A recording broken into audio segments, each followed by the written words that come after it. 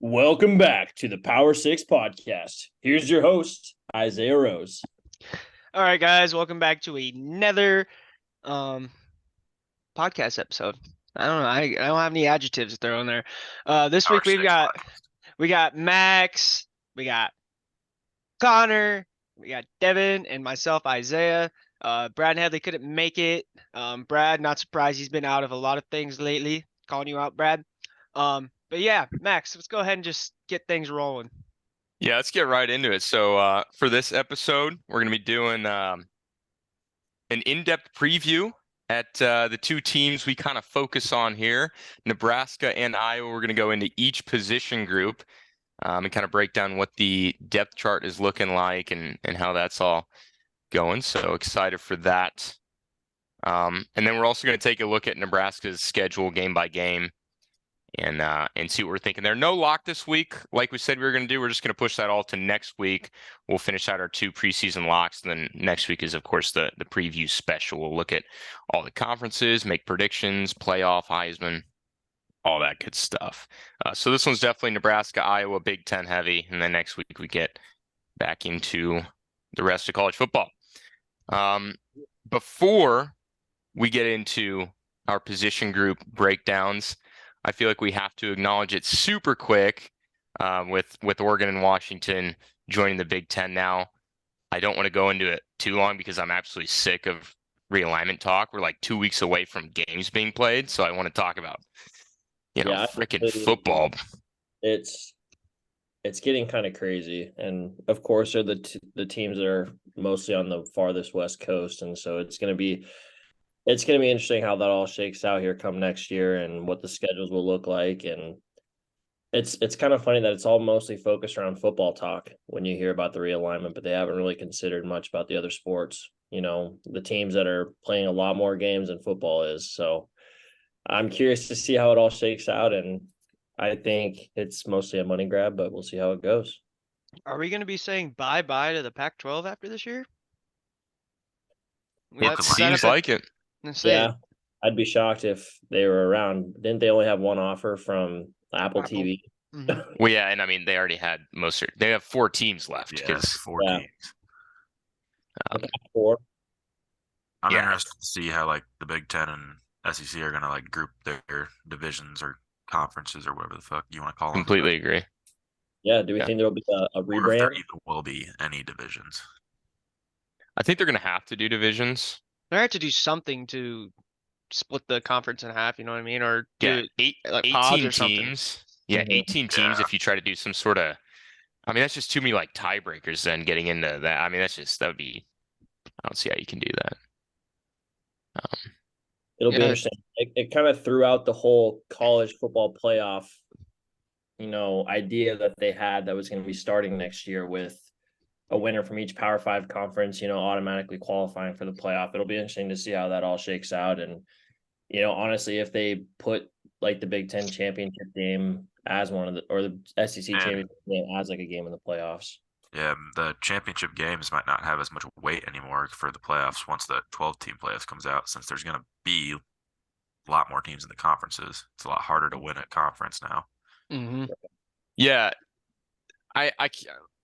it was kind of interesting because I think with the 12-team playoff, with the top 6 conference champs getting an automatic bid, so like the Power 5, each conference would, it seemed like it meant more because then you could win your division if you're like a Illinois or Iowa or Nebraska or whatever, and then if you can win that conference, like you're in for sure. So then it seemed like it'd be a huge deal, but now it seems like it's going to be just the conferences are so big, it's going to be the top teams finding their way into the conference championship anyway. So yeah, it's kind of tough. I feel really bad for Washington State and Oregon State right now.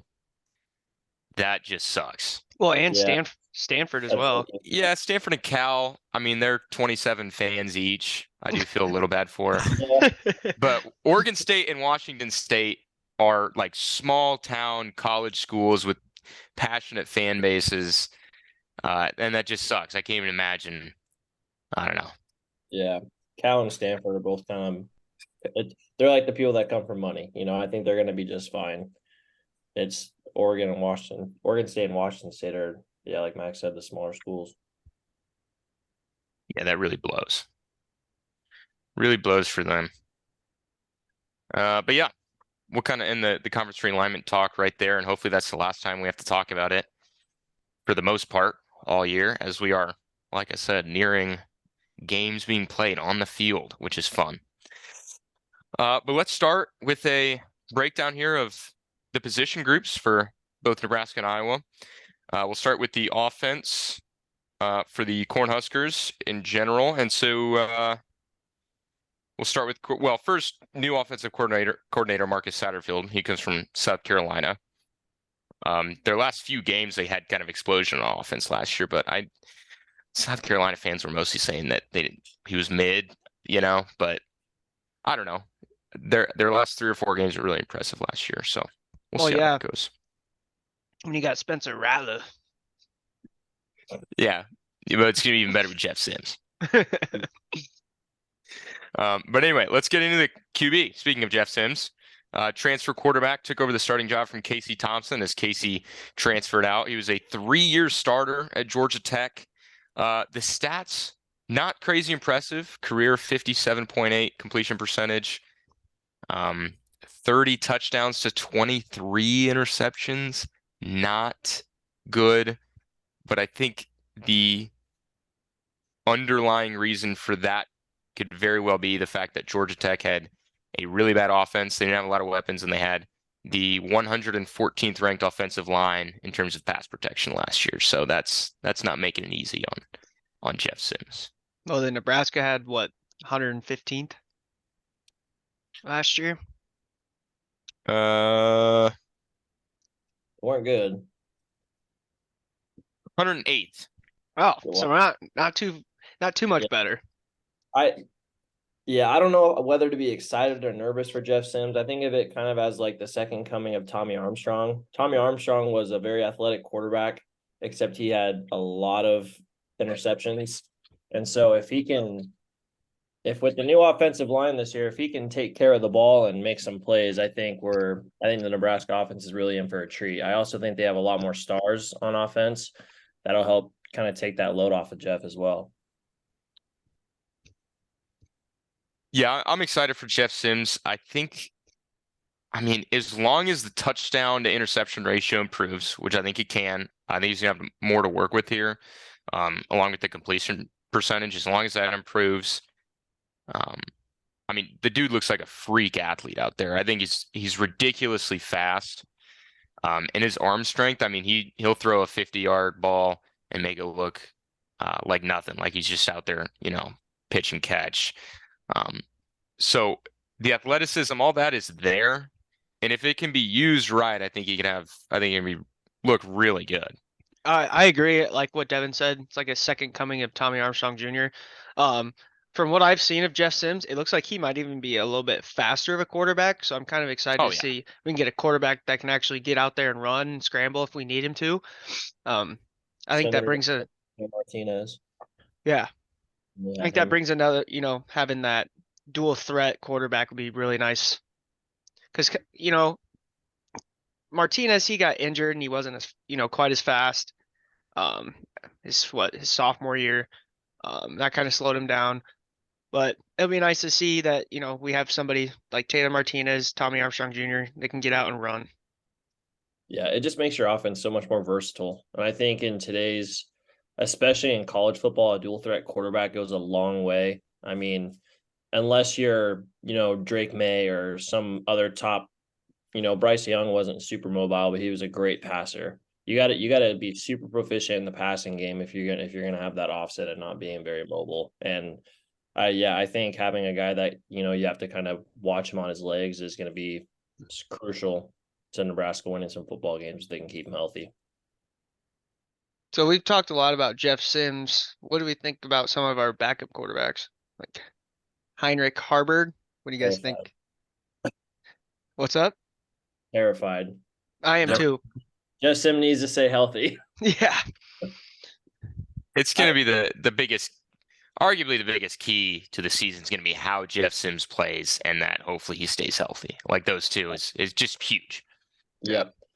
We haven't seen a lot from Haarberg yet on the field, and as far as a game setting goes, Chuba has underperformed.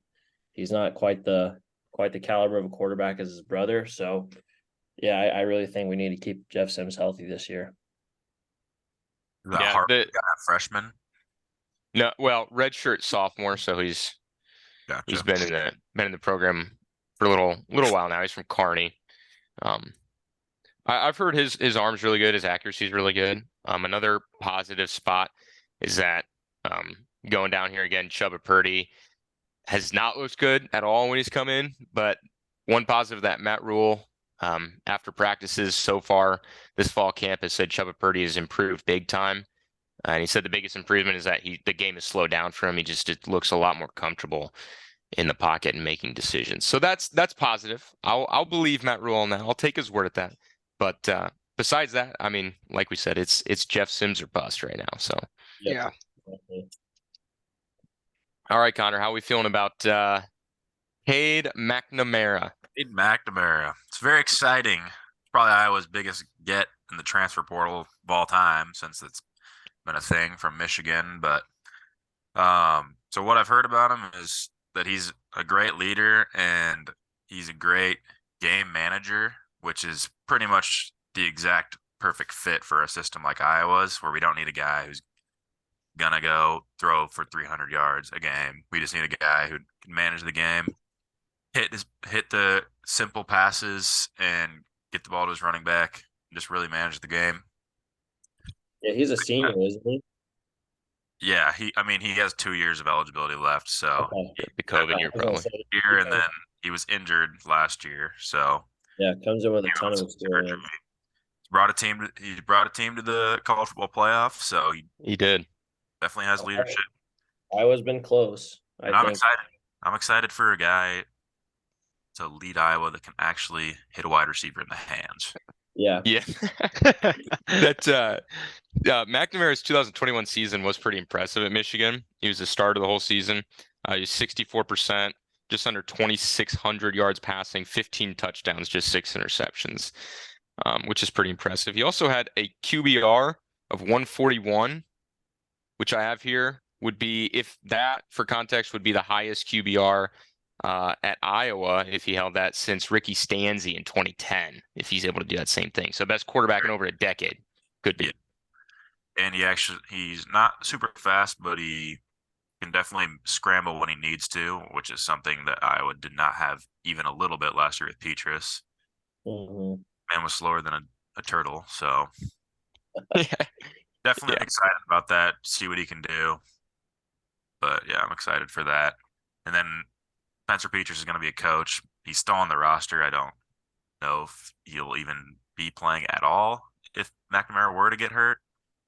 But if he did, we'd probably see Joey Labus, who he's got to see in the bowl game, who didn't actually do that bad. So I was gonna say, because didn't Padilla transfer? Padilla transferred, yeah. Yep. And we also brought in another transfer who's a sophomore from Wisconsin, Deacon Hill. I don't know much about him, but Name. yeah, That could be a quarterback. You should go play for Wake Forest. Yeah, he Yeah. should. and there's two other freshman quarterbacks that I know nothing about. Yeah, I just went the 3D for the Huskers. I'm not even going more than that. Redshirting, but Yeah. definitely exciting news for Hawkeye fans with Cade McNamara leading the way. Yeah, I think it's very possible that both Nebraska and Iowa might have upgraded a quarterback this year. I sure hope so. Jeff Sims could ball out. With that, let's get into the running back groups here. This is a position group that really excites me for the Huskers.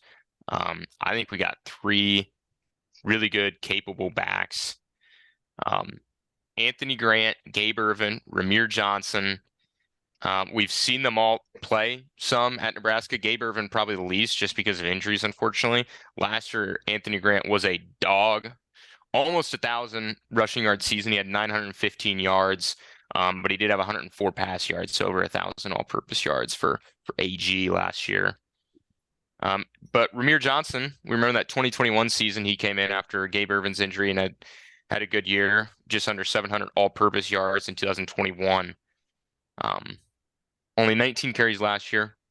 So yeah, I think we got 3 really good backs. I think this could be the 4th best running back room in the Big Ten, which is saying a lot.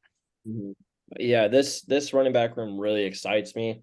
I would even compare it slightly to when you had Rex Burkhead, Roy Halou, and Amir Abdullah all on the same team. So I'm expecting a lot, and it's going to be huge to keeping Jess Sims healthy. And I think Anthony Grant's going to be a dog. We already know that. Gabe Ervin looks like an absolute unit now, and Ramir Johnson is just he's a very oh god, what's the word I'm looking for? Elusive. Elusive. He's a very elusive guy. So Yeah. I think we're kind of hitting every little bit on the head here for great running backs, and I'm looking forward to it. Yeah, I can't agree more. I'm excited to see Anthony Grant. He's got that probably more like our power back. If we need to get the hard yards, put him in and get those yards. Gabe Ervin too. Ramir Johnson, I think I might be the most excited for just because of how elusive he can be. Our line just got to open up the holes for these guys, and I think we'll be sitting pretty well with our running backs room this year. Mm-hmm. Yeah, and Devin, you mentioned it too a little bit, and I could say this about the entire team, so I might as well just get it out the way now. But especially with the running backs, they look trim this year. Anthony Grant looks like he lost some weight, leaned out, put on some muscle mass. I mean, he looks like a beast right now. Yeah. Gabe Ervin put on some pounds. He went last year. Gabe Ervin was 212. This year he's weighing in at 225. So that's 13 pounds of muscle Gabe Ervin put on. And these are some grown men in here too. This is Gabe Ervin's third year. Ramir Johnson's a fifth-year senior. Anthony Grant's a sixth-year senior. So some veteran guys here. I mean, this group excites me. Like you said, Isaiah, if the O-line can get their together, these guys could do some damage. Definitely. So, yeah. Well, Which I asked the questions here real quick. Oh. Which running back do you want to see the most, and which running back do you think we'll see the most? I kind of answered that already. I kind of want to see a lot of Ramir Johnson, but I think we'll be seeing Anthony Grant the most, honestly. Okay, so I'll answer my portion. I think we're gonna see Anthony Grant the most just because he's our most experienced guy. Had a great season last year. I think he's gonna kind of help. I know Gabe Ervin and Ramir Johnson have experience, but he's gonna kind of take that leadership role for the team, and I think we're gonna see some big numbers out of him. I'm excited to see Gabe Ervin. I think he's poised for a big year. Coming off injury, he might feel like he has a little bit more to prove. So I think he's gonna go out and want it a little bit more. So I'm very excited for that. Which running back do we think has the highest ceiling? I mean, that might be the real question. We've seen what Anthony Grant can do. Honestly, I think Gabe Ervin has the highest ceiling. Yeah. Yeah. I think he's the most athletic. I think he was a 4-star. He definitely was. I just can't remember what high school or where he's from, but he's a 4-star. And this coaching staff has been talking up Gabe Ervin a lot. I think he might actually get the most. I think he might actually be the guy too. I think it's going to be between him and Anthony Grant for most carries, but I think it might be Gabe Ervin with the way the staff's talking about them, the way he put on some muscles, the way he looks. I think it could definitely be him. And then Rumor Johnson will come in for maybe some more passing or screen situations and other stuff like that because he's a pretty swift, elusive guy, like you said, and definitely the best receiver out of all three backs. Yeah. And I apologize for not knowing a lot about Marcus Satterfield, but I know they're trying to get back to that traditional I formation, utilizing the fullback. But we may even see, some wishbone or some type of plays where we're going to have multiple running backs in, whether they're in the backfield or in the slot. So I think they're going to find a way to use everybody to the best advantage, and we're definitely going to put some big numbers up for them. Yep. Yeah, I agree. I think we'll see a little more fullback too. I think there's going to be a little bit more commitment to the run this year, so that's exciting. And then Connor, what's the running back situation looking like at Iowa? So for Iowa, I'm actually really excited about this position group too. We're returning basically all three of our running backs that we utilized last year. Caleb Johnson, he ran for about 800 yards last year, and he didn't really even claim the number one running back spot until the end of the year. So really excited about him. I just saw a tweet today that he put on about 15 pounds of muscle too. And then LaShawn Williams, who started off last year as the running back one, he's a junior. He's going to be a junior this year, so he has the most experience, and they'll kind of be a 1-2 punch. And then also, our other guy, Jazzion Peterson, who didn't see a whole lot of him last year, but he's more of a short, more explosive guy. He redshirted last year. We saw him in the bowl game a lot, and he put on a pretty good performance. So I'm excited about him.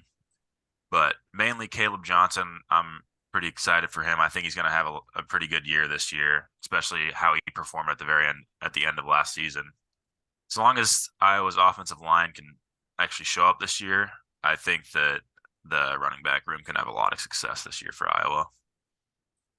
Yeah, was Caleb Johnson. He was a true freshman last year. A true freshman last year, so That's pretty impressive.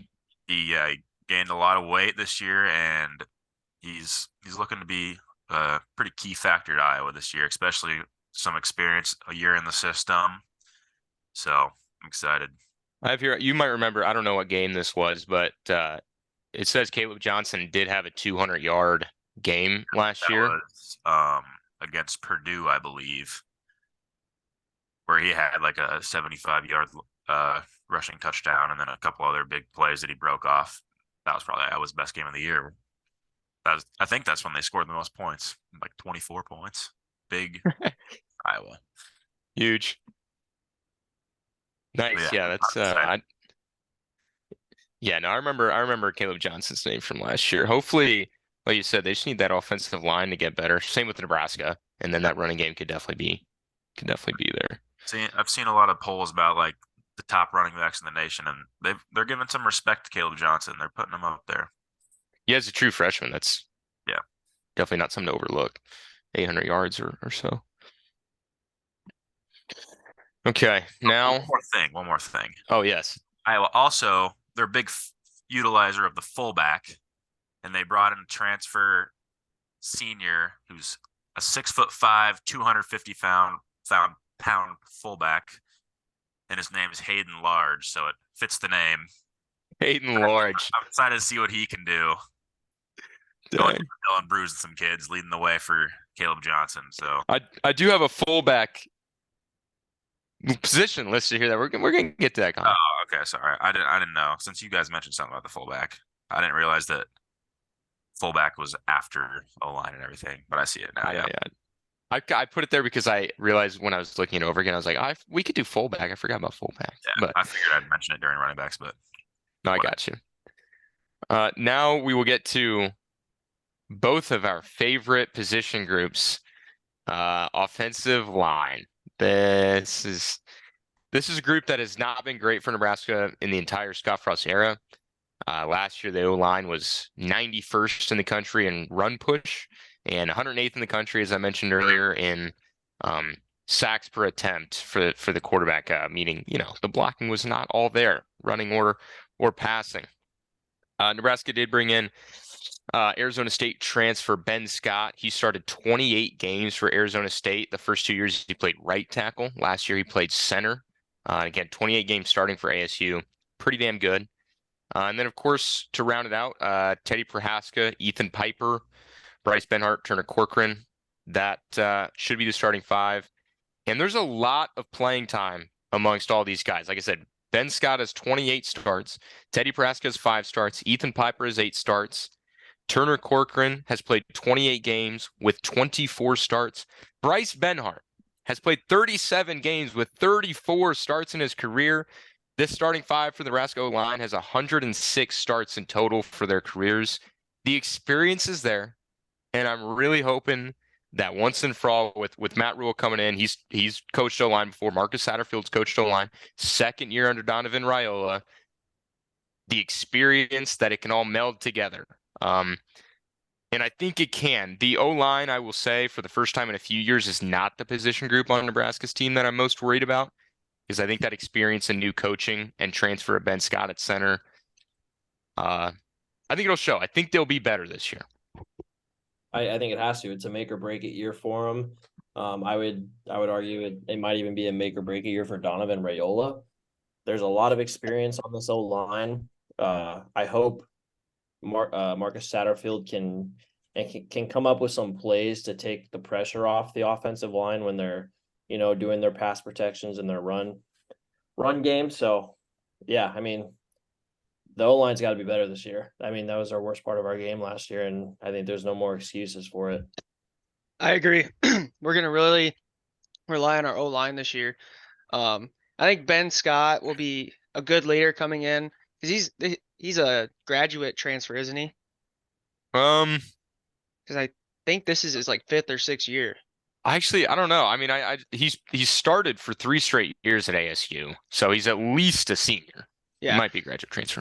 I'm excited about him a lot. I think he'll be a good leader for that O line. Turner Corcoran, Bryce Benhart, kind of let us down a lot last year. So I think having a good leader in there, a good role model, push them to be better will be good for them, and the team as a whole. Ben Scott is a junior. Okay, There you He's go. got 2 years of eligibility left. sweet. I thought for some reason I thought he was a graduate transfer. I mean, there's a very good chance he might be. He played a couple years at Arizona State. He might have his degree. Okay. I also forgot another one here, but it's because he didn't play last year. He was suspended. But Nadine Norelli will be back for Nebraska as well. He played in every game in 2021 and started 7. So that's another guy. He might actually start over one of these guys. I don't know. Maybe. I don't know. But anyway, he'll also be back. So it adds a tiny bit of depth, more experience. And he was one of the better linemen that we had in 2021 as well. As long as our O line has hurt us a lot in the past couple of years. So as long as we're not making some of those mistakes that we have, like all the false starts, the holding penalties, Yeah. those really killed a lot of momentum in some of our drives. So I feel like that kind of stuff was more on the previous coaching staff as a whole. I think Matt Rule is going to have that a little bit more buttoned down. Just the penalties overall. yeah, just Hoping so at least. overall be a more disciplined team.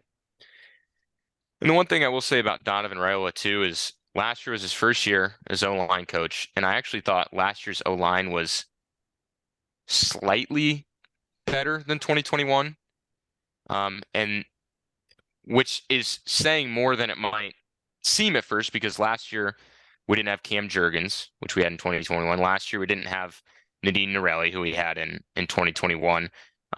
And Teddy Prohaska, I think he played less last year. But anyway, we were missing a couple better offensive linemen, and I thought they played a touch better last year. So if there's any positives, that could be one as far as Donovan Raiola goes. It's just interesting because he was one of the only staff members that Matt Rule decided to keep on, and The only one, yeah. He must see something in him, and so I'm kind of expecting a big year out of him and his O-line. Yeah, me too. 'Cause that last year I thought he'd be one of the first coaches to go. So obviously there's something there that Matt Rule sees. I didn't know if he was going to make it out of the season last year. Matt Rule has spoke very highly of Donovan Riley. He said he likes him a lot. He says he likes the way that he's pushed these guys. And then, like I said with the running backs, I'd probably say it for every position group, but they said these guys look definitively slimmer, more muscular, quicker, which I think is going to help a lot. I think Corey Campbell, strength and conditioning coach, is big time, because they've said every position group looks little leaner, more muscular, faster, and I think that could be huge for the O-line, because they've looked slow. I mean, they've just looked bad in general the last few years, but they look slow and sluggish, not athletic. So hopefully that changes. All right, Connor, what's the offensive line for Iowa looking like? I know it was not a bright spot, just like it wasn't for Nebraska. Definitely not ideal. Not up to the Kirk Ferentz standard last year. I know Kirk Ferentz even mentioned that they were kind of forced to start a couple guys that definitely weren't quite ready last year. A couple of true freshmen were starting, and that obviously is not always going to be a good thing. And playing in the Big Ten, that's tough. But they're returning all 5 of their starters from last year at O-line, so experience is there. They got a year under their belt in the Big Ten, so that's exciting. And then we also got in 2 guys from the transfer portal. Rusty Feth, who's probably going to play center this year. He's played for Miami, Ohio. They're big on him. He's about 320-pound big boy playing center. And then Dejon Parker. I don't know where he's from. I don't remember where he's from, but I think they said he might be playing right tackle. I think it'll kind of be a battle between him and Nick DeYoung, who played last year, who was kind of one of their weaker points, but we'll kind of see how that goes. And then they're returning their best guy, who's left guard, Connor Colby. He's been talked about pretty highly, so I'm excited to see what he can do. But yeah, overall for the offensive line, with all the returners, a couple guys from the transfer portal, I think that they can definitely have a lot better year at O-line than they did last year. Seems like kind of a similar situation in Nebraska, really. Just gonna like the experience is there at this point. So hopefully a transfer piece or two can help out and they can be a lot better because we're gonna need them to be. Yeah. Yeah, I do have sacks per attempt. Last year, Iowa was 120th in the country, so they gave up a lot of sacks per pass attempt, which right there with Nebraska. Yeah, but it also doesn't help when your quarterback can't escape a sack either. I was So just gonna That's say, true. he can't help at all with that. So hopefully McNamara can give them that edge to at least escape prevent some. some of those. Definitely All look right, now better offensive line. look at wide receiver for the Huskers. This is another group that I think could be pretty damn good. There's not a ton of depth there across the board, but I think there's enough to have a really good group and give Jeff Sims some weapons. Starting with Billy Kemp, transfer from Virginia. I don't know if he's going to lead the team in yards, but I would be very surprised if he didn't lead the team in at least receptions. He was a 4-year guy at Virginia. He had 50 games played with 25 starts. So he has the experience. He's 4th all time in receptions at Virginia, 10th all time in reception yards. He had 192 receptions for just under 1,800 yards in his career. He's also the first and only player to lead Virginia for 4 seasons in punt return yards. So that's promising. And this is all with Virginia having a pretty damn bad offense. Last year, Virginia had the 126th scoring offense, and their quarterback was 120th in the country in quarterback rating. So pretty impressive stuff for Billy Kemp. He's definitely experienced, has the yards, punt return. I like to see all that. I like that as well. We need a different guy returning punts besides Wyatt Lever. So Billy Kemp, step up to the plate. That's a factual statement. Yeah, That's- yeah. But yeah, like like Max said, I'm pretty excited about this wide receiver room. The guy I'm really excited about is IGC Isaiah Garcias Castaneda. We didn't really see a ton of him last year, but I think might be one of our deep ball threats. You know, he's not, you know, you can't, it's hard to replace a guy like Trey Palmer. You know, the guy was fast, he could get down the field, but I think he might fit that role this year. Play Yeah. that. But like you said, Billy Kemp, those are some very impressive stats, especially coming from a team like Virginia. Yeah, No. I remember the first 2 games last year watching Castaneda play. He looked like a stud. He was getting open on the deep ball. He was making plays out in the open field, and he ended up like redshirting or something because of a disagreement. His family were thinking of transferring. Yeah, he Right? played the first 4 games and then decided that he didn't want to waste a season because he didn't like playing for Scott Frost. So he redshirted. Yeah. Looked like he was going to transfer, but then liked Matt Rule, so he came back. Yeah, definitely. I'm very excited for him. The sky's the limit for this wide receiver room. I think this is the first time in a while we haven't had a receiver that's a clear number 1. You know, we had Trey Palmer last year, and it's really just whoever wants to step up and be that guy. I think Billy Kemp could be the guy in the receptions number. I think Isaiah is going to be our deep threat guy. I'm excited to have Xavier Betts back. I think he's going to be Big a time. playmaker. And we got a lot of young guys coming in, you know, with Malachi Coleman and Jalen Lloyd. So it's gonna be a lot of fun to watch them. I'm really hoping, you know, when Xavier Betts played 2 years ago, there was a lot of plays. I was talking to my grandpa about it earlier. He kind of reminded me of Quincy and Nunwa, where he'd have some good plays and then there'd be a lot of bad plays.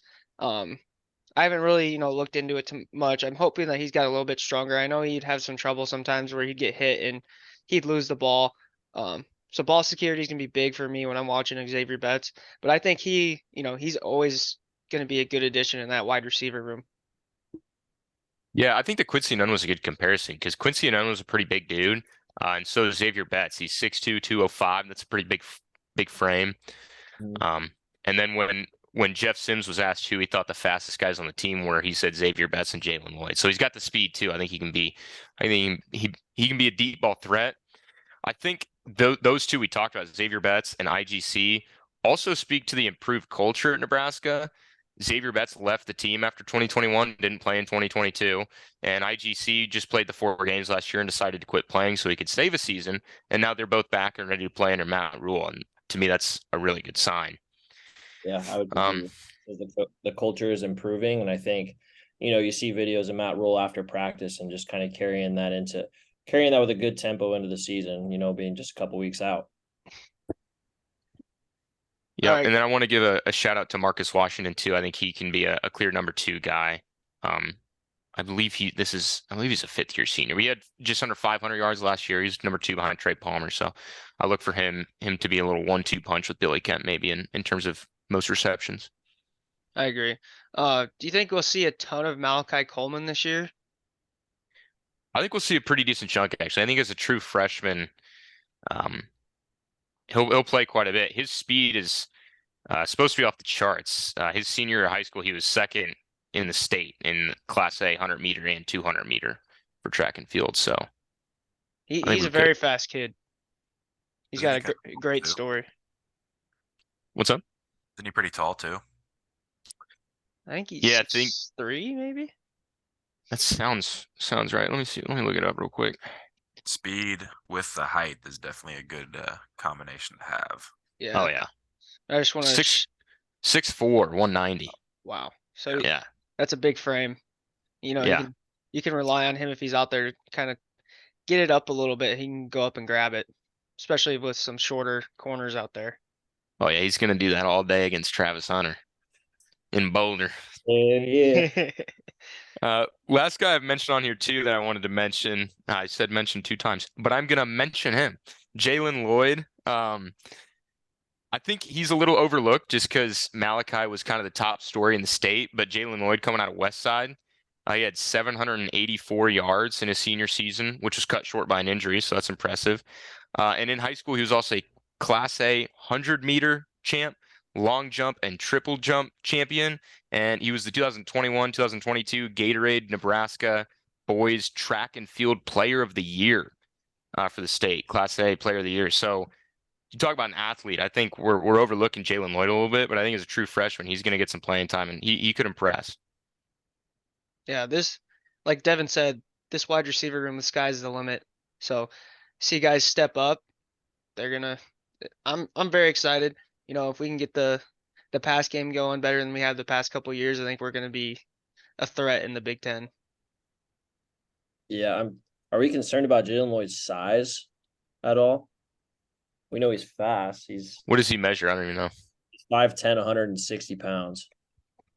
Yeah, he's gonna have to put on some weight. Hopefully that as of right now. Yeah, this is what their roster has right now on their website. Yeah, he might have to bulk up. He might. I think we'll see him play this year, but just because of the size, he might redshirt. He might get 4 games. But I don't know. I mean, we're not like insanely deep at wide receiver, so he could if he can No, outrun some guys. I mean. right. Actually, I wouldn't mind seeing him on punt return and kick return too, just to even get him some reps and on field experience. I think that's crucial for these young guys right now. Yeah. For sure.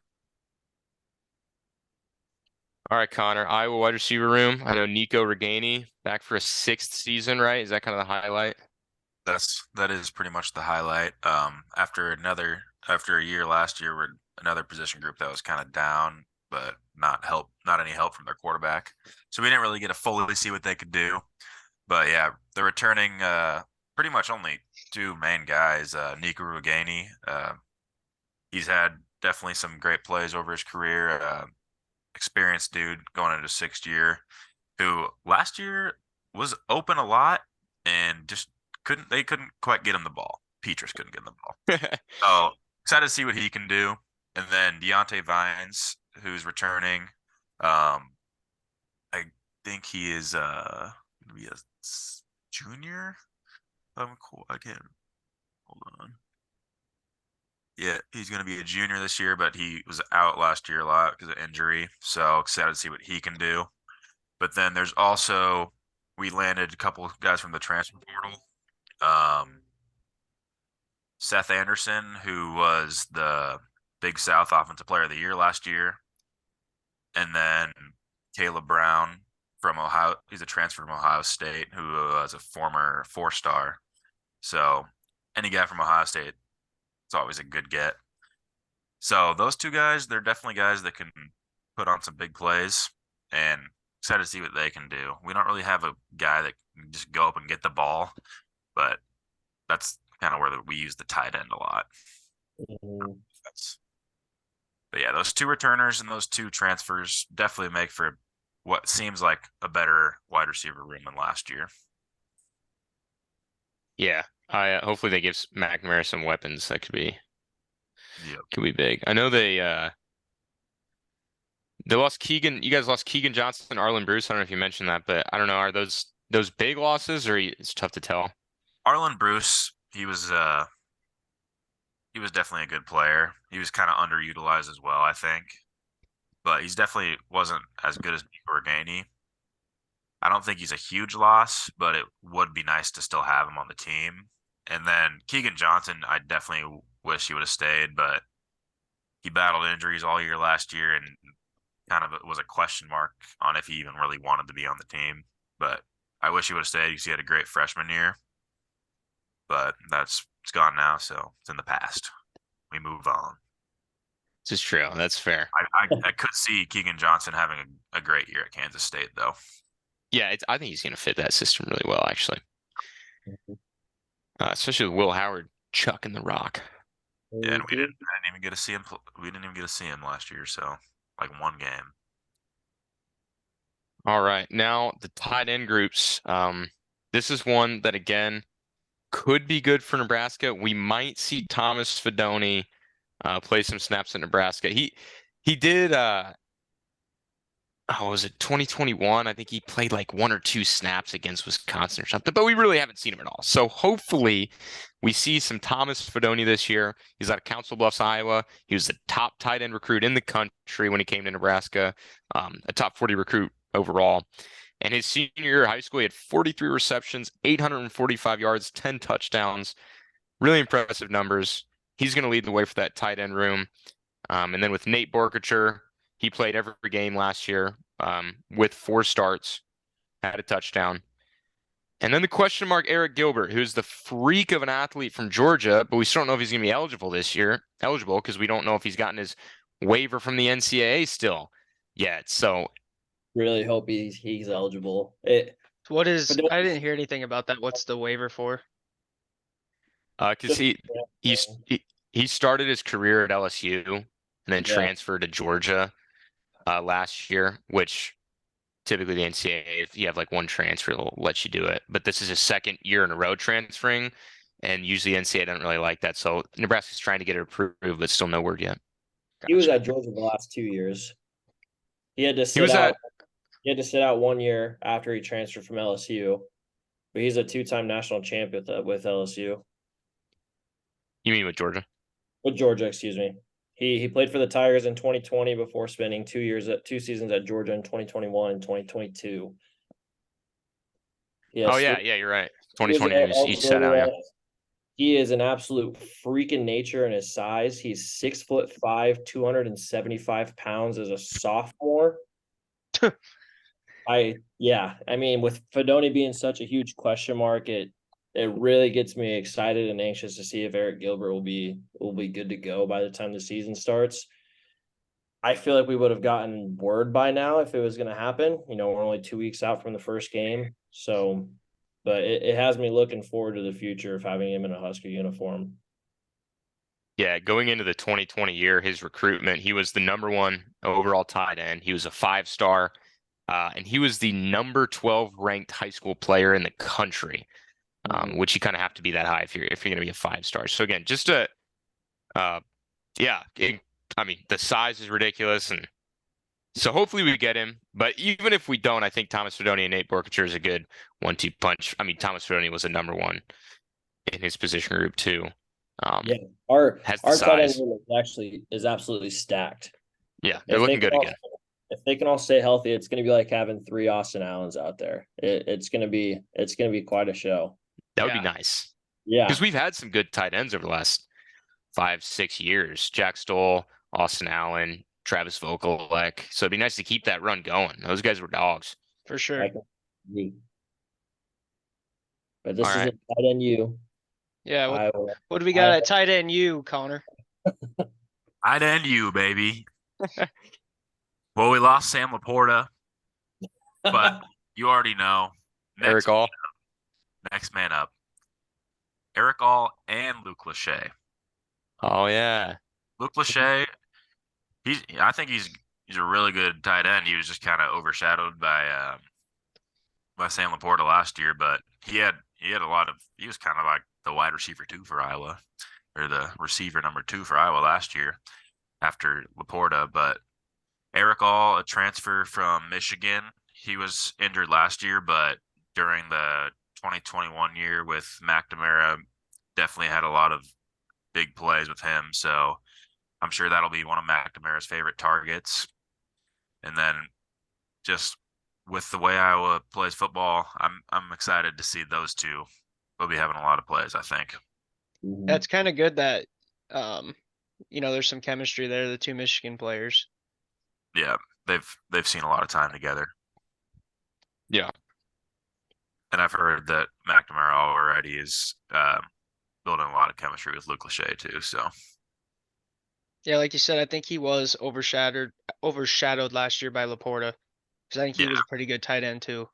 yep, and he's only a junior, so he still has 2 more years, and then Eric All is a senior, so we'll only be seeing him for 1 year, but excited to see what he can do.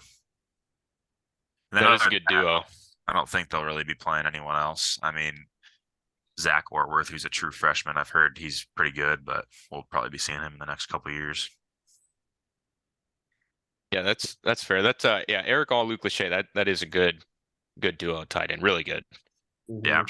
I'm sure we'll probably be seeing a lot of 2 tight end sets from Iowa this year. I'd kind of assume the same for Nebraska too, honestly. I think Yeah. so. Be a similarity there, but that's kind of Big Ten football too. So, Back to the basics. Don't do nothing flashy. Definitely.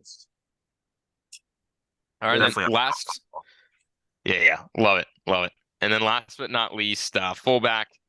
I only have one listed here because it's not going to be in all the time, but they have said that Marcus Satterfield has said that he wants to utilize the running game a little bit more and the fullback a little bit more. Janarian Bonner, interestingly enough, he was a 4-star wide receiver recruit out of Georgia, now transitioning into a fullback role. But that's kind of good to have a more of an athletic figure at fullback. Could be fun to see him leading the way for some Anthony Grant goal line touchdowns. For sure. Yeah, I'm excited. It's something Nebraska's needed to get back to for a while.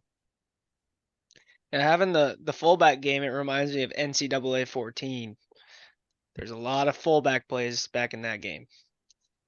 Or goal line set. Oh yeah. And Connor, I know you mentioned it a little bit earlier, but what's the fullback situation for the Hawks? Hayden Large, transfer guy. That's pretty much it. Large.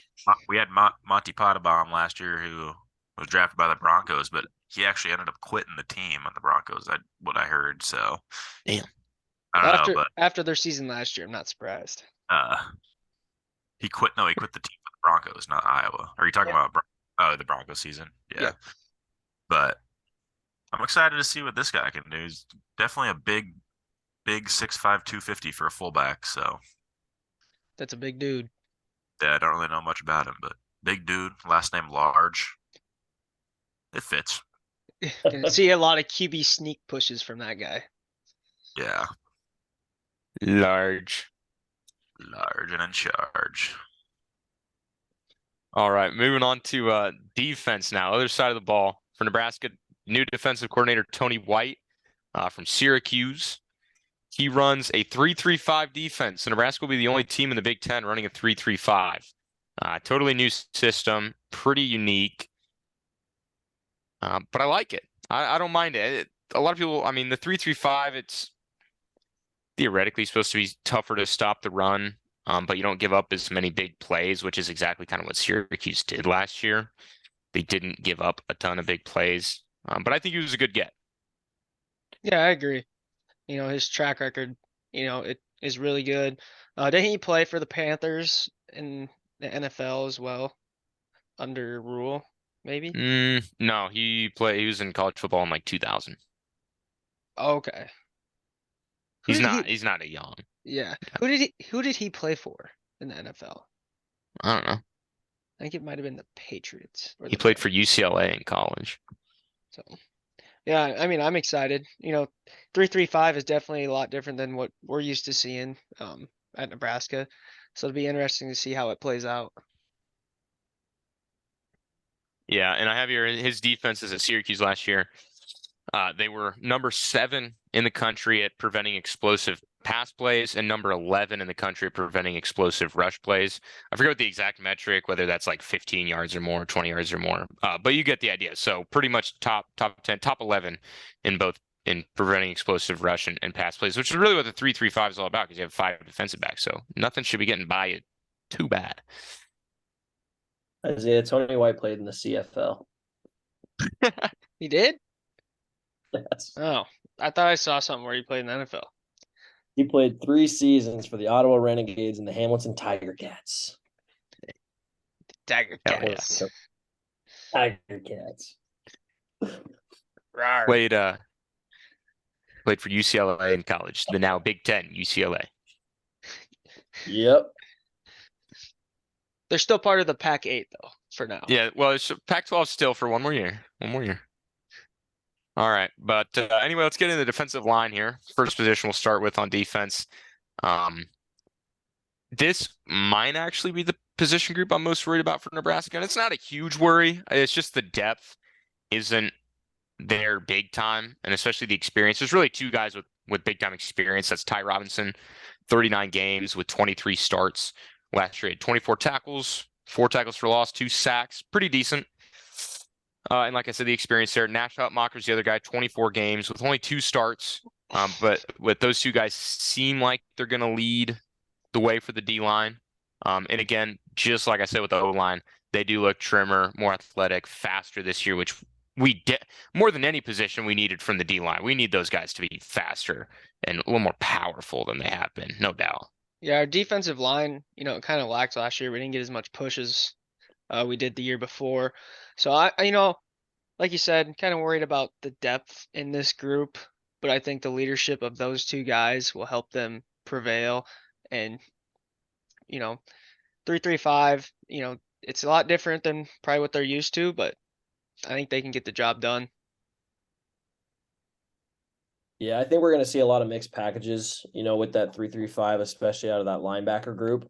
And that's a group I'm actually really excited for. I think they're going to have a lot of experience going into this year. So I'm hoping that they'll be able to incorporate something up front on the line to help give those D-line guys some room to get through and make plays on the quarterback, because we need to get some tackle for losses and a lot of sacks this year for the defense to really be stopping. Yeah, and the other guys I've listed there, Blaze Gunnerson, he's played in 15 games in Nebraska. He's actually the number 13 ranked defensive end coming out of high school. And they're talking pretty highly out of him this year, actually. I was really surprised, but they said he's kind of coming on as somewhat of a leader as well. Elijah Judy, he had 2 seasons at Texas A&M, played in only 1 game, though. Again, trying to get him as a transfer, get him a little more prepared, developed. Ruquan Buckley hasn't played 2 seasons at Nebraska, redshirted. And then Princewell Umanmielen. Remember that name. He's a true freshman this year. He was a top 300 recruit, though. Top 15 defensive end. True freshman this year. And just because there's a little bit of that lack of depth there, we can definitely see him play. And I've heard that he started to practice with the number 1s in practice as well. So I think for a true freshman, he could surprise. So Can you say that last name again? Umanmielen. Umanmielen. Yes. Princewell. Just say Princewell. Can't wait for Kirk Herbstreit to absolutely butcher that. But yeah, that's all I got for D-line. Like I said, hoping this group can step up. Probably my number 1 worry position-wise, position group for the whole team, but it's not like, the earth is falling away or anything. It'll be okay. What about D-line for Iowa? This Phil Parker-led defense. We know how good Iowa's defense has been. So we lost one key guy on the D line, Lucas Van Ness. He's like the 13th pick in the draft this year. But actually, he wasn't even a starter. So Phil Parker does the 4-on, 4-off rotation on their D line, getting fresh guys in constantly. So it's kind of the sneak attack, putting in Lucas Van Ness, but he'll be gone this year. But we're still returning 4 pretty key guys. Noah Shannon, who had a lot of sacks last year. He's just going to be a senior. Logan Lee also saw a lot of time. He's going to be a senior as well this year. Those 2 guys are the 2 key guys, I think, that are for their defensive line. And then I don't really remember how to pronounce his name, but Yaha Black. He had some good minutes last year. Definitely excited to see what he can do this year. And then Dante Craig also is going to be a junior. Didn't see a ton from him last year, but he had some good games and excited to see what he can do. But yeah, I'm sure Phil Parker will keep doing the same thing with the D-line, getting fresh guys in, and I'm sure that'll be a good position for Iowa this year. It seems like Iowa's one of those defenses where they really can, if they need to, reload. They had the number two defense in the country last year. And yeah, Phil Parker's got a good thing going on, that's for sure. Yep. Now on to the linebacker group. This is another one of those positions that has me really excited for the Skurs. And the good thing about that in a 3-3-5, your linebacker group is probably the most important group because you only got 3 down linemen. So you need that secondary, not the secondary because that's the secondary, but that second level with the linebackers to be stout. And then you have 5 DBs covering the rest of the field behind you. So again, you got to be able to run quick and cover the area that those guys aren't, which is good because this group I think can do that. We got Luke Reimer coming back, 27 starts, 43 games played, led the team in tackles last year with 86 tackles. And then we're also getting that 1-2 punch back. Nick Henrich is back. He was a captain last year. Although he got injured in that Purdue game. He only played 5 games last year. But the year before that, in 2021, Nick Henrich had a staggering 99 tackles on the year. I believe that was second in the Big Ten in 2021. Yeah, this linebacker room is probably one of the only position groups that I'm not worried about in the entire team. Luke Reimer, Nick Heinrich, those 2 guys are such big leaders for this team. And I think they are going to produce a lot for the defense this year. Like you said, they both have led tackles for the team in the past 2 seasons. And I think they very likely can do that again. And they're huge leaders on the team. And I think they're going to really step it up for the defense this year. Yeah, I'm expecting big years out of both of them. They led the team in tackles the last two years, like you said, Isaiah and Max. One of the biggest problems Nebraska had on defense, though, was their open field tackling. So I'm really hoping Tony White, Matt Rule can get that fixed to where we can see some of those numbers go up and having our guys start making plays. I'm also very excited for MJ Sherman, the transfer from Georgia. I think he's going to be a great part of that 3-3-5.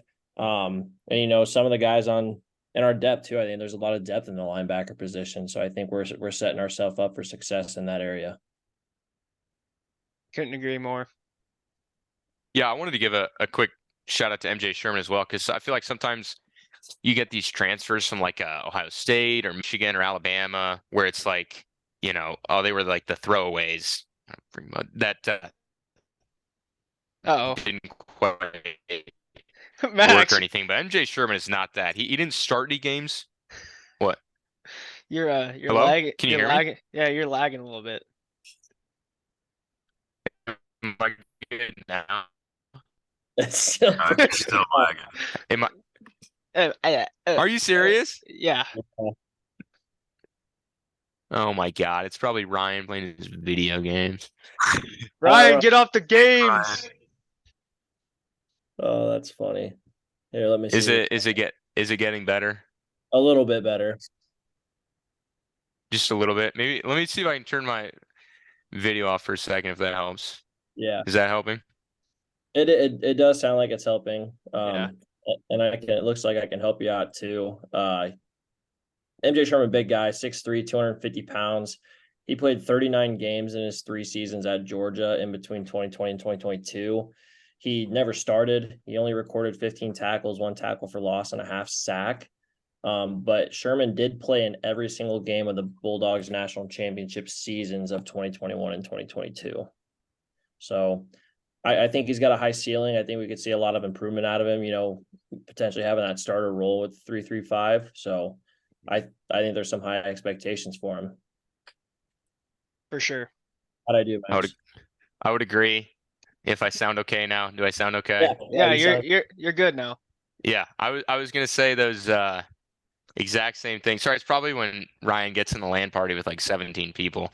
But yeah, I was gonna say exactly that. I mean, to play in every game on Georgia's defense for 3 seasons is nothing to scoff at. Right. We know how ridiculously talented that defense is. There's not a lot of guys that could do that. So I think that says a lot. And he was the #1 outside linebacker recruit coming out of high school for his class as well. So I think there's gonna be a lot of expectations for him this season. yeah. I think And then from Georgia are going to have those kind of expectations. yeah, no doubt. And then just to go down the line here, Chief Borders, he had 2 seasons at Florida, and he played in all games last year for the Gators. Jamari Butler played in every game for Nebraska last year. A little quiet, but played in every game. John Bullock, this is a name. I couldn't believe this. His 5th season at Nebraska, but he hasn't really played. He's at a Creighton Prep. The new staff speaks really highly. Every time Matt Rule, he was asked this at Big Ten Media Days, any players on defense that he think people will be surprised at. And every time he immediately answers John Bullock. So they're speaking pretty highly of this dude. And then Javin Wright, however you say it, also his 5th season in Nebraska. So older guys, experience athletes for this linebacker group, which you need in a 3-3-5 defense. And super excited about that group. They're going to be dogs. What about you, Connor? What about Iowa's linebackers? Are they looking good? Well, for the linebackers for Iowa, this is probably their biggest question mark on defense. So they're losing Jack Campbell, who's one of Iowa's honestly best linebackers in program history. He was their rock last year, and then also Seth Benson, who was one of the really good guys. They're both gone this year, so that'll be different without having them because they've been here for a while. Probably their most experienced guy they're returning is Jay Higgins. I don't know a ton about him. He didn't play a ton last year, but he was definitely a key guy. But other than that, there's kind of question marks. I haven't heard a ton about who's coming. They did get one key guy that I know quite a bit about is Nick Jackson. He just transferred from Virginia, and he was a 4-year starter there, and he was the ACC's leader in tackles per game last year. So excited to see what he can do. Definitely it's good to have him joining the mix with the guys they lost. But other than that, the other guys are kind of question marks. I haven't heard a ton about them. Honestly, one of the positions that I haven't even looked into a whole lot either. But you don't have to worry about Iowa's defense very much. Yeah, it's kind of just normally when Iowa loses somebody on defense, they figure out a way to place them. But I think Nick Jackson, Jay Higgins, and then Kyle Fisher's the guy that's kind of a question mark, and we'll see how he can do. That's all I got, pretty much. I got you. Now onto the secondary. Another position group, even with the departure of Miles Farmer, that I am still pretty excited for. Isaiah's given the old incompletion sign there. We're gonna be seeing that a lot out of these guys this year. Highlighted by Quentin Newsom, led the team last year with 10 pass breakups. He had 44 tackles, 4 tackles for loss, 2 sacks, kind of did it all. And another crazy stat, he has 24 consecutive starts for Nebraska. He started every game over the last 2 years, and has played 46 games as well. 5th season in Nebraska. And I've heard he's been getting some NFL looks. Maybe he can, depending how this year goes, it can be fifth, sixth round guy, and maybe even work his way higher if he continues to put up really good numbers. Yeah, I think Quentin Newsom's a big leader for this secondary. Like Max said, 24 consecutive starts under Frost's leadership. Well, not completely all under Frost's leadership, but yeah, I'm excited. The only person on this list that doesn't excite me is Tommy Hill. But this secondary is going to be pretty good. They're going to have a lot of reps out there this year. Having 5 of those guys out there at a time, so it'd be exciting to see. Yeah, I was kind of shocked to see Tommy Hill still on the roster as a D-back, just because, he kind of made that transition last year to wide receiver and actually played pretty decent at that spot. And so I was curious to see how that was all going to shake out with Rule coming in. And so I don't know if he'll be starting. He might be, but He's not going to start, but he'll play. Well, I don't know. He could get a couple starts, but I don't think so. yeah, it'll be interesting to see how that all shakes out. I'm excited for Isaac Gifford to kind of take the leap. I think he's due. His brother, when he was at Nebraska, was an absolute unit, an absolute stud. And I think just two different positions, it's hard to see, the comparison between the two. So I'm really hoping that Isaac Gifford can go out and have a great year for us. Yeah, Isaac Gifford is one of the guys I really wanted to talk about. They said they're going to utilize him this year as kind of a rover, maybe free safety, maybe kind of like nickel linebacker, do it all guy, which I think is awesome. And last year, tell me if these numbers, really stand out. Did not realize Isaac Gifford was this productive last year, but he had 10 starts. He appeared in all 12 games, 70 tackles, 5 tackles for loss, 1 sack, 3 pass breakups. Didn't realize he was that productive. So if he put up 70 tackles last year and it was that kind of quiet, and the staff speaks super highly of him this year. Like I said, if they're going to trust him to be kind of that rover, free safety, nickel linebacker, he could be a big time highlight on this defense. For sure. Yeah, I did not realize he had 70 tackles and he kind of went under the radar a little bit. Yeah. So that's surprising. Yeah, like I said, like Devin said, when his brother was here, he's a big part of the defense, and I think Isaac is kind of stepping into that role and doing the same thing. Yeah, he's a hard worker. I think he's poised for a breakout year, and him being there to help kind of lead the secondary is going to be huge with him being a junior now. So I'm very excited for him. And then also we'll give a mention of Marquise Buford. He's returning. He started 11 games last year, played in every game his freshman year before that. Last year he had 59 tackles, 2 interceptions. So that's pretty big time numbers there from Marquise Buford. Malcolm Hartzog, another guy I'm super excited for. He was a true freshman last year, played in every game. He also led the team with 3 interceptions last year. So I think he's poised for a breakout season after we got little hints of what Malcolm Hartzog can do last year, no doubt. Definitely. And then rounding out with some depth, Omar Brown.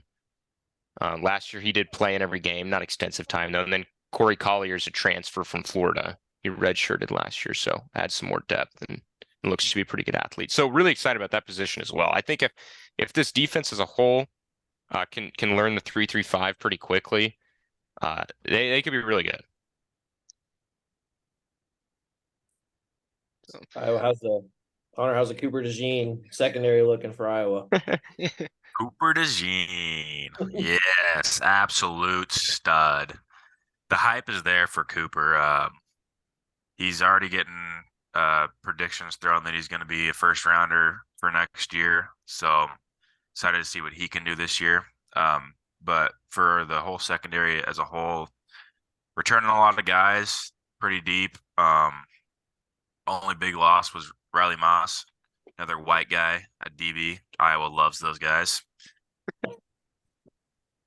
But yeah, returning Cooper DeJean, Quinn Schulte, who had a kind of a breakout year. He was kind of a question mark last year, but had a great year. Xavier Wamka, he was a 5-star coming in last year as a true freshman. Didn't play a whole lot at the beginning of the season, but at the end of the year started playing a lot, and he had a pick 6 in the bowl game. So he's going to be a major factor this year. He's going to be a starter. And then Sebastian Castro, he's had a couple good years, and he's always been solid. He's going to be a senior this year. Excited for him. And then Jamari Harris, um, he didn't even play at all last year. He was injured for pretty much the whole season, I believe. But 2 years ago, he was a 4 interception guy. So having him come back is going to be huge. So the secondary is pretty deep for Iowa and it's looking good. So definitely not worried about that position for their defense. It's the linebackers that's the major concern. Yeah, it's huge when you have a Cooper DeJean on that secondary. That guy is an absolute stud. Yeah, Yeah. Cooper DeJean led the FBS last year with 3 pick sixes, so that's pretty neat. He's that type of guy that he's always in the right place at the right time, and he's always making huge plays. Yeah, his football IQ is tremendous. I'm gonna almost bring that back to how if I can relate that to Nebraska, because that's really I want Isaac Gifford to be kind of like that. I know we are just talking about that because Cooper DeJean, I mean, he like you said, right place, right time. He just knew where to be. The ball found him, or he found the ball rather, however you want to look at it. So it's always nice to have a guy like that. Yep. Is Riley Moss is that a big loss, or is this kind of just another reload? It shouldn't hurt too much. I'd say it's a pretty big loss, but with Jamari Harris coming back from injury, it's kind of like we already had that guy replacing him. So, but yeah, he was a good DB. He's one of Nice. the only white guys drafted or on a roster. I think he's the only guy on a roster in the NFL that's white right now. He's a defensive back, which is crazy. I think so. I think I heard that. Yeah. Leave it to Iowa to produce one of those freaking guys. Yep, exactly. All right, and then we're gonna do a quick overview of special teams. I'm gonna kind of lump the kicker and punter together here just so we can move this along real quick. But we do have a little competition between Tristan Alvano, the true freshman on the west side, and then Timmy Bleakroad returning at Nebraska. They're making it sound like it's a tight competition in fall camp, and it might be, but I think Tristan Alvano, man, his kicks look so good. Dude, that kid has a leg. He was kicking like 60 yard, I think he kicked like a 45-yard field goal, and I think it went almost above the uprights in the state championship game. Kid has an absolute leg. I'm excited for him. We need a field goal kicker, and I think, this could be the kid, Nebraska coming out of the great state. I'm excited. Like we talked about before, Nebraska high school football has been getting a lot of hype lately. And, it kind of shows that we're getting all these Nebraska kids that are improving. And it's just helping with recruitment. But Tristan Alvano, like we talked about him last year, very excited that he's coming to Nebraska, and I think he's going to do good things for us. Could be another Alex Henry. That'd be nice. Yeah, I definitely think he's a stud when it comes to the kicker position. We may even see a little bit of both of them in that first game just to see who kind of, catches on a little bit quicker. Bleakroad was okay last year, nothing too special. Our special teams has just kind of struggled the last couple years in terms of kicking, and so it'll be interesting to see how Tristan does in an actual, Big Ten college football game. If he does get to see some time on that first one, it's going to be a huge one. Especially when the lights are at their brightest. Yeah, Thursday night. Let's go. Yeah, I would love to see Tristan Alvano make a lot of kicks this year. That'd be nice. And then punter real quick, Brian Buschini. He was great last year. Not much to say. Last year he was 25th in the country in yards per punt, top 25. That's all you need out of anyone. He was really consistent. He was, as we know, the year before that in 2021, he was the top punter in all of FCS when he transferred from Montana or Montana State. I don't know. I'm disrespecting someone there, but one of the Montana FCS schools. Don't do it, Isaiah. We're not. I'm not going to do Anyway. it. I'm not going to do it. Anyway, so glad to have Brian Buschini back, and I think we're a lot better off at field goal kicking this year too. Connor, how's Iowa looking in those realms? We're turning Drew Stevens from last year, who took over the sports betting Aaron Blom last season. So funny situation there. But Drew Stevens looked pretty solid as a freshman last year, and he's not anything special, anything crazy, but he gets the job done. And then punter Torrey Taylor, he's coming back for the 6th year, the Aussie. 25 years old, but he's an absolute stud. That guy is a stud. Glad we still have him at punter U over here. Corey Taylor Heisman question mark? Torrey Taylor was the best player on our team last year, so That is yeah. true. That is true. That's funny. We're good. Good. I love watching Torrey Taylor punt the football, so he's a great excited punter. for that. Hopefully we don't need him this year, though. I think Iowa fans love seeing Torrey Taylor punt the ball too. Well, hopefully less this year. We don't like it. We like it when he puts it close, but He was reliable. You could say see that. him out Yeah. there. The reliability is what I mean then. I'd love to Yeah. see him on the sideline the whole game, you know? Realistically, yeah. That'd be. He probably won't come off the sideline your guys' first game. So Do we know how many times Iowa punted last year? Max, is that you know? I don't No, think- but it had to be just a ridiculous amount. I Probably think more. Georgia punted hardly at all. What's that? I could have swore they talked about how many times Georgia punted last year in like the playoff. Oh, it's probably barely any. I don't know that Georgia had to punt against TCU, so Torrey Taylor probably had more punts within like the 10-yard line than Georgia punted all year. probably. We are the punt conference. Yeah. All right. Real quick, Brian Ferentz points tracker update. Still at 0. Still at 0. And then real quick, so that was a great preview, by the way, of both Nebraska and Iowa. We're going to go through Nebraska's schedule. I know that we're already a pretty decent amount in this podcast. We're going to just spend a minute, maybe 2 on each game.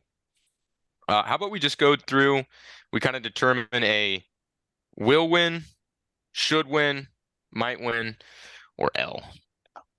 All right. Okay. So first up, in a couple weeks, maybe I should say a few weeks, super pumped at Minnesota, 7 p.m. on Fox. Minnesota's favored by 6.5.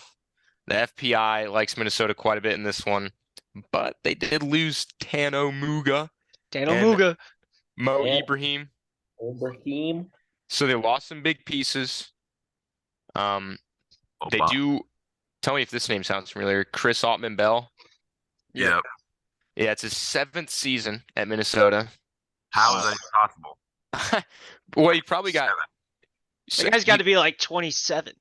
There's players who do get 2 injury waivers in their careers, so that'd make a 6-year. Very rare. But he was probably one of those guys, and then he got a COVID year, so 7 years. Mhm. And he probably redshirted too, and then he got his medical red shirt. Yeah, yeah, that's probably. That's Probably insane. Yeah, it's wild. Yeah, he's been So, there yeah. forever. Yeah, But yeah. I'd say that game's a might win. Yeah. think I the would first game's say, yeah. always tough. You know, as a Husker fan, you really want to say, like, I think Nebraska's going to win this game. We had a great offseason. We're the offseason national champions every year. The last So 20 years. Yeah.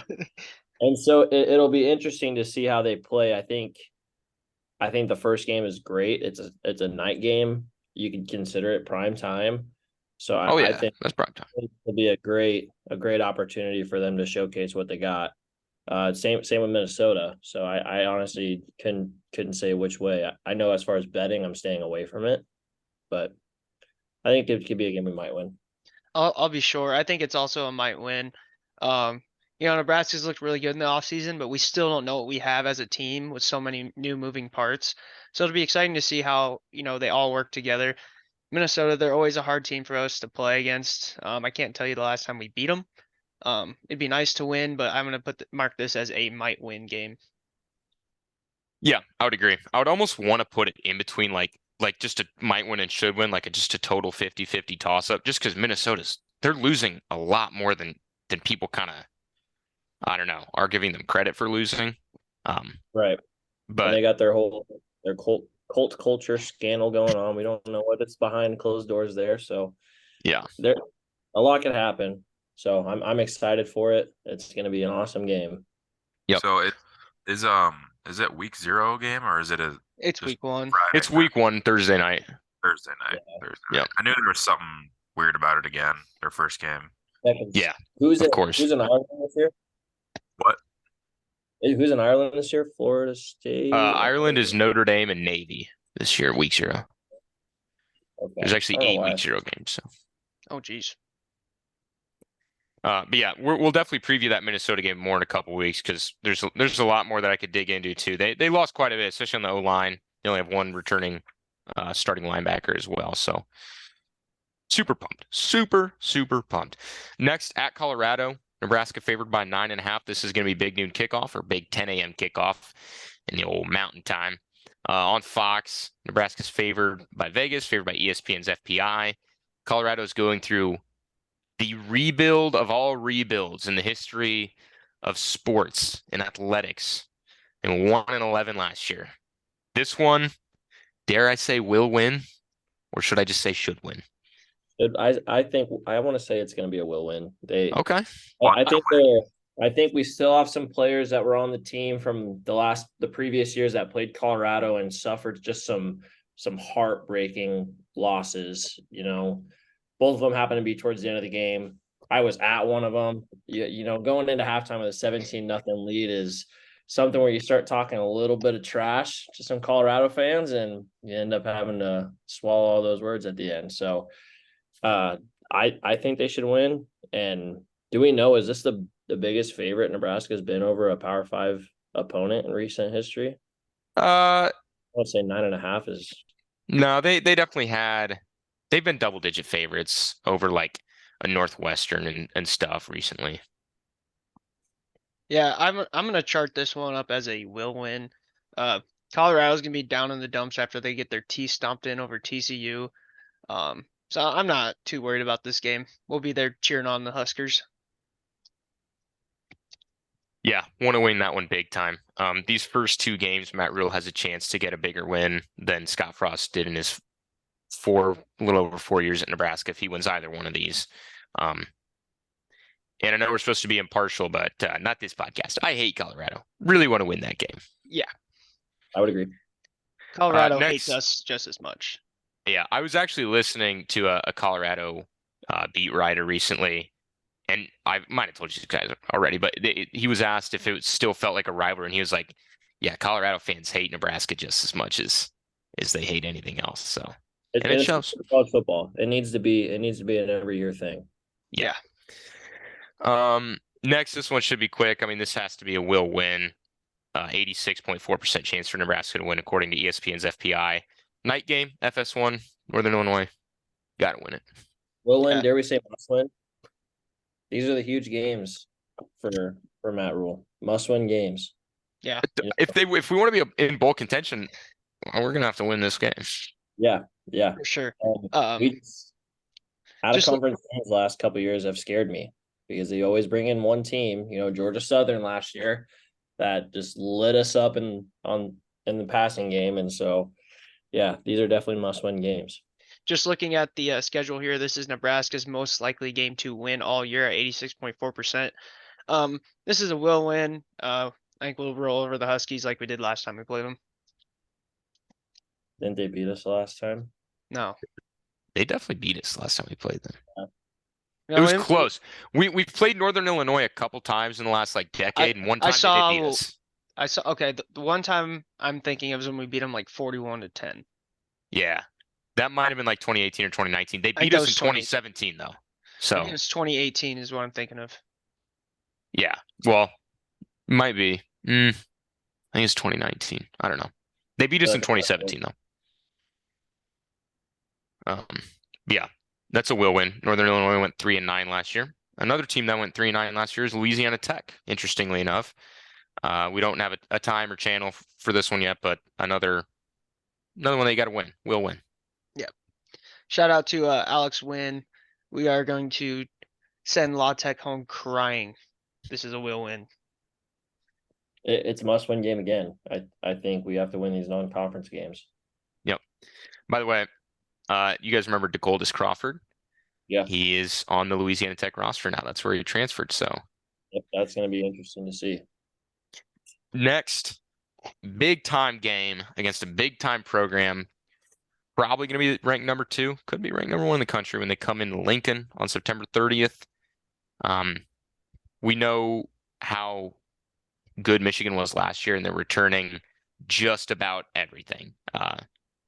So I would give this very slim chances. Yeah, this is I don't think we're gonna win this game. Whatever category we said this was, I would chart it up as that. That Nebraska's not gonna win this game. But if we are coming in 4-0 into this game, you know, probabilities can change. But we already know Michigan, looking at their schedule, they will more than likely be 4-0 coming in this game and ranked number 1 or 2 in the country. So this is going to be a tough game for us. With so many new moving parts, I just don't know if we have a chance.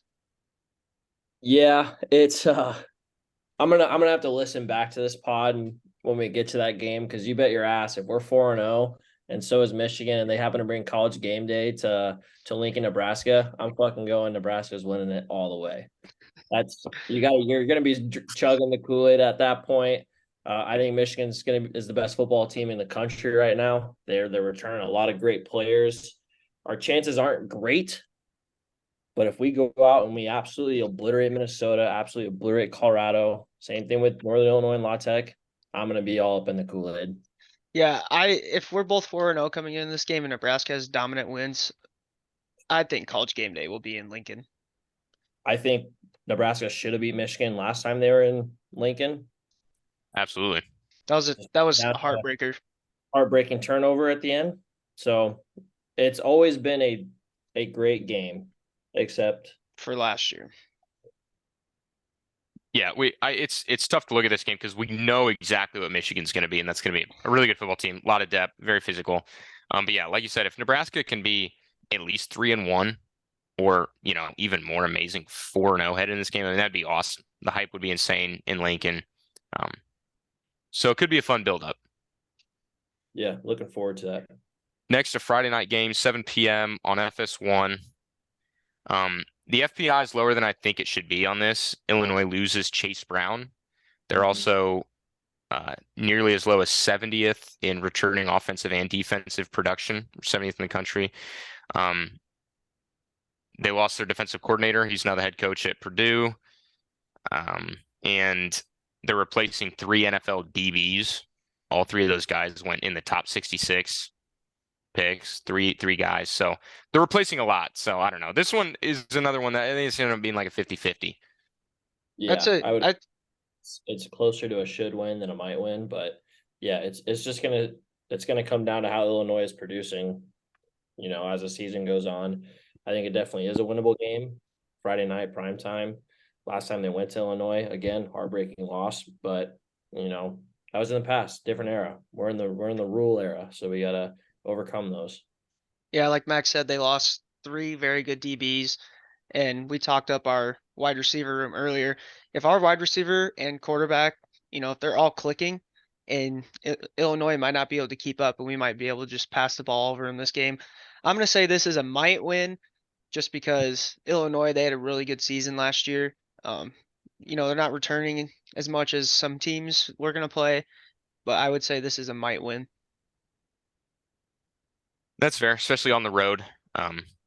That FPI number, that percentage, they factor in road versus away quite a lot into that, which I think is why that one's getting skewed down a little more than maybe I think it should. But either way, next Northwestern.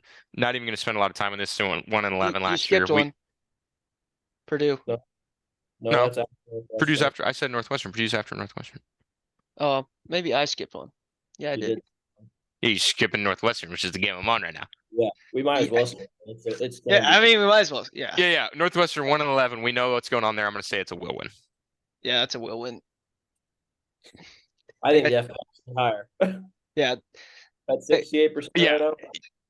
They got to. That's Let's still say the FPI. Yeah, I don't trust it that much, but I thought I put it in here because it's a little interesting. They need a big culture change there. So.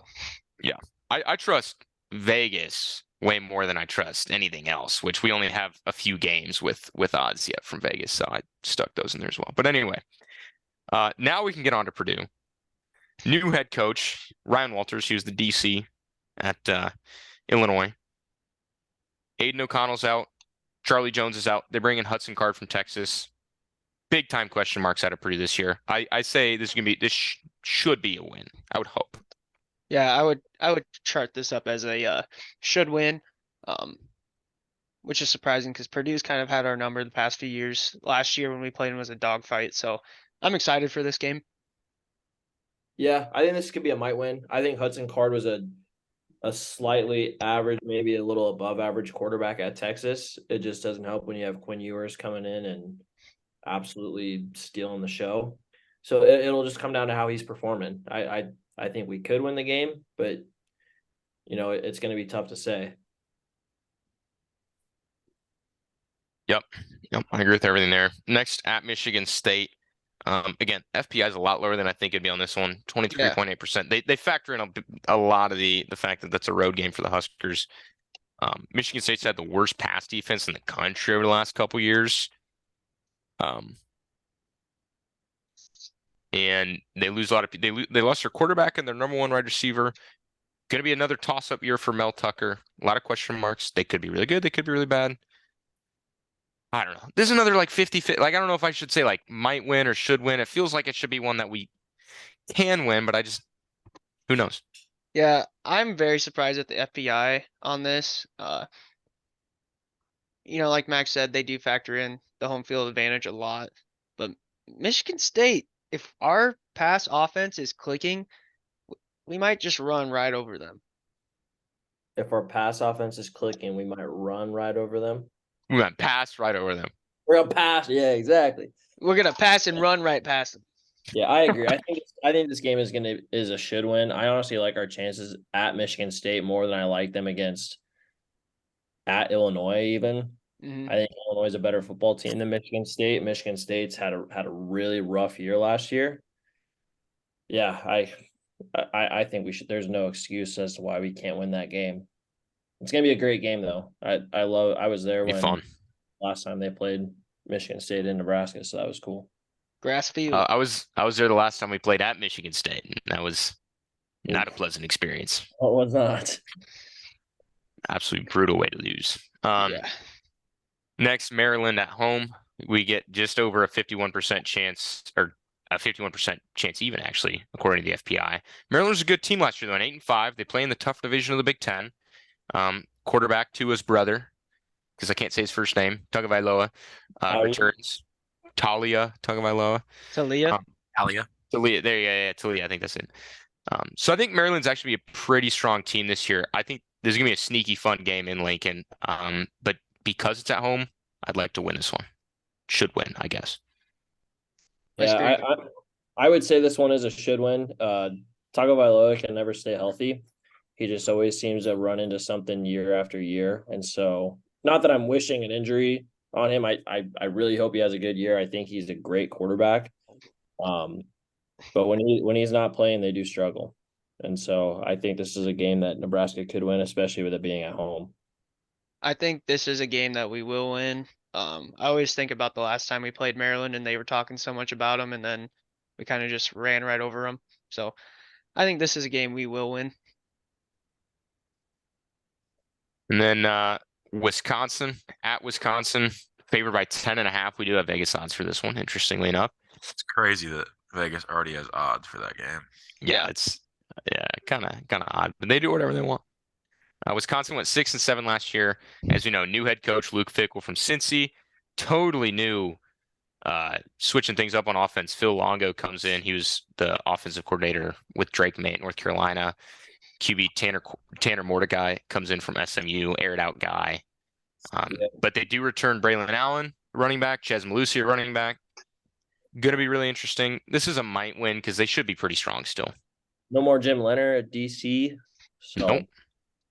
Yeah, I would agree. I think this is a might win, maybe a little bit closer to an L, just because Nebraska always struggles with Wisconsin. It's at Wisconsin. It's gonna be a physical, and that's what I love about it. It's gonna be a physical, punch them in your mouth running game, and Nebraska is gonna have to be the better team on the ground if they want to win that game. Yeah, And Nebraska, Braylon Allen. Yeah, I completely agree with you, Devin. This is going to be a smash mouth football game. It's going to be closer to that might win L category too. We've never gone into Wisconsin and won. We've only beat them once since we've been in the conference. So this is always one game I chart up that I want to win. But it's going to be a tough, dogfight smash mouth football game, and I'm excited to see, if the team's performing the way that we think they will. This is going to be a close game. Yeah, and the last thing I'll say with that is there's a lot of people still decently high on Wisconsin. We see that they did win the West Division in the preseason media poll. By But- one vote. Well, yeah, but by 4 first place votes, but by 1 point. Yeah, that's true. Yeah. But they have so much changing this year that I'm not like 100% sold that they're going to be like an 8 or 9 win team this year. I think they could still be a 6-win team or so. And they could be really good because we know they return a lot, but there's just so much change that can't say for sure. I'm not as bought in as some others might be. Graham Mertz is a huge plus for them. We don't know. Losing Graham Mertz? Yeah, is a huge Yeah. plus for them. It is. They're gonna have a passing offense now. I still think they'll be ground and pound for the most part. Well, of course, when you got Braylon Allen, dude's an absolute stud. Yeah, last year when I really thought he was going to transfer after Paul Chris. Yeah. Hired or fired. I really Fired. thought he was going to leave. And then last but not least for the schedule, and we can get the old con man involved on this one. 11 a.m. on CBS, which is awesome. That game's going to be on CBS. That's fun. First year under that TV contract, obviously. Black Friday game, as we know. Iowa 8-5 last year. Phenomenal defense, bad offense. Down here at 8-5. Oh, Was that? Down Down there, yeah. At 8-5. That's fair. Nebraska in recent history. No, nothing crazy. Yeah, if we look back at the series history, that's true. Dating back to last year, Iowa is 0-1. Dating back to last year, yeah. Stayed in it the last 7 Yep. years. Not so much. well, we don't want to talk about that. Okay, moving on. Yeah, regardless, this game is always marked on my calendar. I absolutely love this Yeah. rivalry, honestly. And I don't know if it's because we haven't played Colorado that much, but I honestly like watching Nebraska play Iowa much more. I feel like, especially knowing Connor, it's more of a respect thing between Iowa now and Nebraska with us. But Iowa's gonna be a good football team, and they did have a down year last year. I think they, with Cade McNamara coming in, I think they have potential to be a really good football team. So Nebraska's gonna have to be better if they want to win this year. Yeah. I'm obviously gonna say it might win, just because I'm a Nebraska fan, but it's gonna be a good game. Yeah, it's Cooper DeJean stays in the game. It's a whole different ball game last year. But this like Devin said, this is always marked in my calendar. This is one of my favorite rivalries for us to watch because it's kind of our own era of college football that we're in now, and that we've gotten to see since we're not in the Big 12 anymore. So this is always marked on the calendar. Big rivalry game. I've always marked this as a might win because it's always a toss-up. The last 7 years haven't gone in our favor, but we really haven't been blown out in any of those matchups. So Yeah. No matter what, no matter how good each team is, it's like almost pretty guaranteed that it's gonna be a close game, and it's just how it is. We're rivals, and I'm always excited to play against Nebraska, especially so I can Prime time. talk shit on you guys afterwards. Except for last year. yeah, Yeah, I completely agree, Connor. I was going to say that same thing. This game's always just a coin flip, rivalry game. Both teams want it, so you just never know in that aspect. It makes it scary too. Yeah, it does. What I'm really hoping for, I'm sure we're all hoping for, is that this game, for the last time ever of the Big Ten West Division, this game is to win the division. That would be really fun because we haven't gotten that yet, and I really want that. So that would be. I would see that. The last 7 years, really, it's been to see if Nebraska can ruin Iowa's season. That's really. and what last year we did it. We didn't let Iowa go to the Big Ten championship. It's kind of a Iowa blessing though. kind of in and out of the championship, and it was good to get that win last year. So hopefully this year will be the year that both teams are actually playing for something. Yeah, For sure. I was Iowa didn't have to get blown out by Michigan last year. yeah, no, that's fair. I was listening to some 1620 The Zone when they were at Big Ten Media Days, and they interviewed a couple Iowa players. I think one of them was Cooper DeJean. I can't remember who the other was. And they asked them, not like rubbing it in or anything, but they just asked them like genuinely what kind of that Nebraska loss, what it kind of did to the program and the team. And they said that the players, they could tell they didn't like that loss, and it really, really hurt them. They said their eyes kind of changed when they brought that game up. They didn't like that. So you love to see that out of a rivalry game, for whatever team it is, that Means the a lot players, to both teams. yeah, that the players don't like losing it that much. I'm always glad that this is the last game of the season because it gives you something to look forward to at the end. Last game of the season. Nebraska's making a bowl this year. Regular Regular season. Yeah. Okay. It has been our last game of the season for far too long now. Yeah. Not too long it has. And that's kind of the note that I was going to end on too, is my expectations for this year. Got to be at least 6 wins. The bare minimum at Nebraska used to be like 8 wins. You can't lose any less than 6. Even if it's your first season and you're Matt Rule, you got to get it done. You got to win. You got to win at least 6 games. You got to find a way to make some sort of postseason. So that's no excuse not to. I think this is a very favorable season for Nebraska too. Some teams are kind of down where they have been. So this is our year, that 6 wins, that's what we got to aim for, nothing less. Hopefully 7 or 8 would be nice. I mean, how much of an excuse does Nebraska really have? We have one of the easiest schedules in college football this year. Yep. So if there was a year for Matt Rule to really make a statement, he's got to do it. I don't know what his track record is at Troy and Baylor with his first season, what their strength of schedule was, but Temple. gettable. No, Temple. Temple. Oh, Temple. Yes, excuse me. But I would maybe put a little bit of money on this. Probably his best look as far as strength. Yeah. He said that in a few press conferences. People have asked him like that year 1 at Baylor and Temple, man. He went like 1-11, 2-10, 1-11. And he said those situations were a lot. He said this year's Nebraska team is a lot more like his second years at Temple and Baylor. Both years he went to a bowl game. I think Temple he won 6 wins. Baylor he won 7. So he said this isn't the rebuild that those two schools were, which is promising to hear. Yeah, I completely agree. But yeah, it's time to new era, new quarterback, new coach. Time to go out there and get the job done. I think Maybe. he has a lot more resources outside of, the players this year. We have that new training facility that he's going to have, be able to take advantage of. So I think that's going to help a lot too, if we actually, put that into the training program for the players. Yeah, the Big Ten network, they came to Nebraska for fall camp. They go to every school, and they said Nebraska's new facility is now the best facility in the Big Ten. So that's really high praise. But it should be, because it's just being finished and it's $150 million and 300-something thousand square feet. Yep. Should be pretty good. Yeah. And I love to see the improved strength and conditioning for this team. I'm really excited. Like I said, we went through the whole season, but now let's go get a win at Minnesota. Let's do it. How I'm looking about it? forward to it. All right. I think that's we don't really need to go over the Big Ten media poll. I think I just threw it in there in case we had some extra time, but we've gone pretty long on this one. So Yep, I agree. after a look at every position group for Nebraska, we looked at a ton of players. That was probably like 50 players. The whole schedule, super pumped. Yeah, we're getting close, guys. Few weeks out. Yeah, I'm getting butterflies for the season, man. I'm super excited. The biggest thing for me is hoping we have a culture change. Like Max touched on it, strength and conditioning. I think we've done a little bit better than the past few years. I think that's something we've kind of lacked on, past 4 to 6 seasons.